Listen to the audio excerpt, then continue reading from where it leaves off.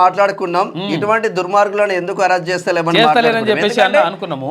ఎమ్మెల్యేల పైన కొట్టడానికి పోవడం ఏంది కాదు. అసలు నువ్వు రౌడీవా లేకపోతే ఇంకేది గుండా? ఇగో ఈయన ఏం మాట్లాడిండో చూడరు ఒకసారి. కాదు అయితే ఎలక్షన్ల కంటే ముందేం మాట్లాడతాడు, ఎలక్షన్లు అయిన తర్వాత ఏం మాట్లాడతాడు, ఎట్లుంటుంది ఈయన కథ అంటే చూస్తే మీకు ఒకసారి ఒక చిన్న క్లారిటీ వస్తుంది. అంటే ఇక అసలు తెలంగాణ ఉద్యమాన్ని పూర్తిగా వ్యతిరేకించి అప్పుడు జగన్మోహన్ రెడ్డికి సపోర్ట్ చేసి ఓ తుపాకులు పట్టుకొని తిరిగి అప్పుడు కథలన్నీ పడి అటువంటి మనిషి ఇప్పుడు వచ్చి అసలు అన్యాయం చేస్తావా, అట్లా చేస్తావా, ఇట్లా చేస్తావా అని డైలాగులు మొత్తం ఇట్లా దంచుడు కార్యక్రమం పెట్టిండిన. ఇక నాకే వస్తాయి, మేమే మాట్లాడతాము, మా సారు మప్పి ఉందని చెప్పేసి ప్రయత్నం చేస్తాడు.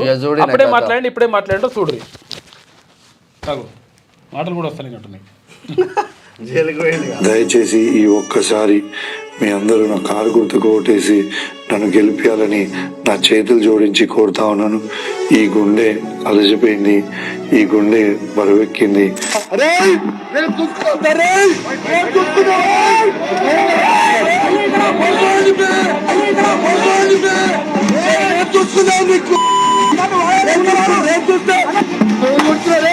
భయపడే కౌశిక్ రెడ్డి భయపడు, ఈ సంగతి చూపిస్తారే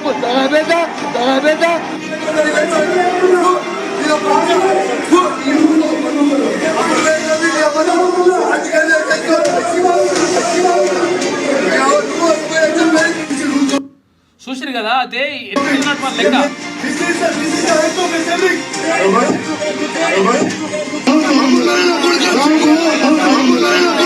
లెక్క జరిగిన తర్వాత అక్కడ స్పీకర్ గారికి, స్పీకర్ గడ్డం ప్రసాద్ కుమార్ గారికి చెప్పడం జరిగింది. అక్కడ ఫిర్యాదు చేసిండు. ఫిర్యాదు చేసిన తర్వాత సంజయ్ చేసిండు. అయితే విషయం ఏంటంటే అప్పుడు ఏం మాట్లాడిండు, ఇక నేను చచ్చిపోతానేమో, ఉంటేదో లేకపోతే భార్య పిల్లలు చచ్చిపోతారు, ఇట్లా చేతులు జోడించి కంప్లీట్ గా డైలాగ్ ఎట్లుంటాయంటే మనుషులు ఎట్లుంటారు అన్నట్టు. కాబట్టి కాకపోతే ఏంటంటే హుజూరాబాద్ ప్రజలు చాలా మంచి ప్రేమ హృదయం ఉన్నటువంటి ప్రజలు, వాళ్ళు మంచి ప్రజలు, మంచి మనసున్నటువంటి ప్రజలు. కాబట్టి ఇలా చచ్చిపోతాడేమో అనవసరంగా కొడుకు అని చెప్పేసి కొడుకు కోట ఎత్తి ఇట్లా చేస్తుండే, కొడుక రారా తొడగొడుతుండే, ఇట్లా ఇటువంటి కథలు ఉంటాయి అనమాట. అందుకని నిన్న మంచిగా అరెస్ట్ చేసేసిండ్రు. అరెస్ట్ చేసి ఇక్కడ కరీంనగర్ తీసుకొని పోయినరు. అదే ఆ కథ అట్లా నడుస్తూ ఉంది. ఇంకా చాలా విషయాలు ఉన్నాయి, మనం మాట్లాడుకుందాం.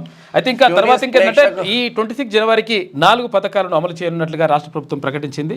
అందులో భాగంగా ఇందిరమ్మ ఇండ్లు కానీ, తర్వాత ఇక్కడ రేషన్ కార్డులు కానీ, పింఛన్లు కానీ, ఇవన్నీ కూడా 4 పథకాలని అమలు చేయనున్నట్టుగా ప్రకటించింది. అంటే ఈ 6 గ్యారెంటీలకు సంబంధించి అమలు చేసేటువంటి ప్రయత్నం చేస్తూ ఉంది రాష్ట్ర ప్రభుత్వం. వాస్తవంగా పాడి కౌశిక్ రెడ్డి బల్పు అని కామెంట్ చేస్తూ ఉన్నారు మన మిత్రులు. పబ్లిక్ అంటున్నారు, వాస్తవం అది, ఎందుకంటే పబ్లిక్ అంటున్నారు, మరి నార్మల్ గా లేదు ఆయన కథ.